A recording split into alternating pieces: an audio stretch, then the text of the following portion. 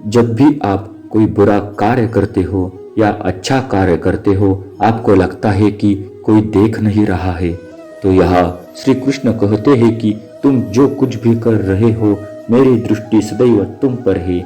इसलिए आप यह मत समझे कि आप अकेले हैं, आपके साथ भगवान श्री कृष्ण सदैव है।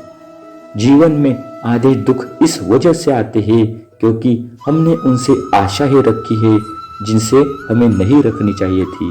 अर्थात हम सभी मनुष्य किसी न किसी अन्य मनुष्य से बंधे होते हैं, या कहो किसी दूसरे इंसान पर निर्भर रहते हैं, और इसी निर्भरता से हमारे मन में उम्मीद और आशाएं बनती रहती है कि हमारी कोई मदद कर देगा। परंतु कई बार हम गलत इंसान से आशाएं या फिर अपेक्षा कर लेते हैं, जिसके कारण हमें कोई दुख और तकलीफों का सामना करना पड़ता है। हमें ऐसे समय में धैर्य से काम लेना चाहिए। जीवन में समय चाहे जैसा भी हो, परिवार के साथ रहो।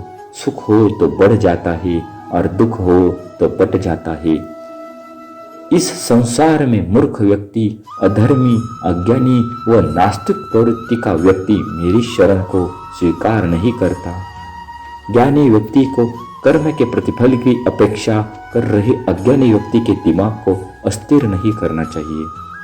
अपने जीवन में कभी न कभी किसी को आनंद में वचन ना दे, ना क्रोध में उत्तर दे और ना ही दुख में कभी निर्णय ले। किसी और का काम पूर्णता से करने से कहीं अच्छा है कि अपना काम करे, भले ही उसे अपूर्णता से करना पड़े।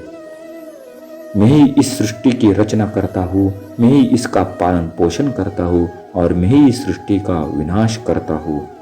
जो कुछ हुआ अच्छे के लिए हुआ, जो हो रहा है अच्छे के लिए हो रहा है, जो होगा वह भी अच्छे के लिए ही होगा। जो कुछ हुआ अच्छा ही हुआ है, जो हो रहा है अच्छे के लिए ही हो रहा है, और जो भी कुछ होगा अच्छे के लिए होगा।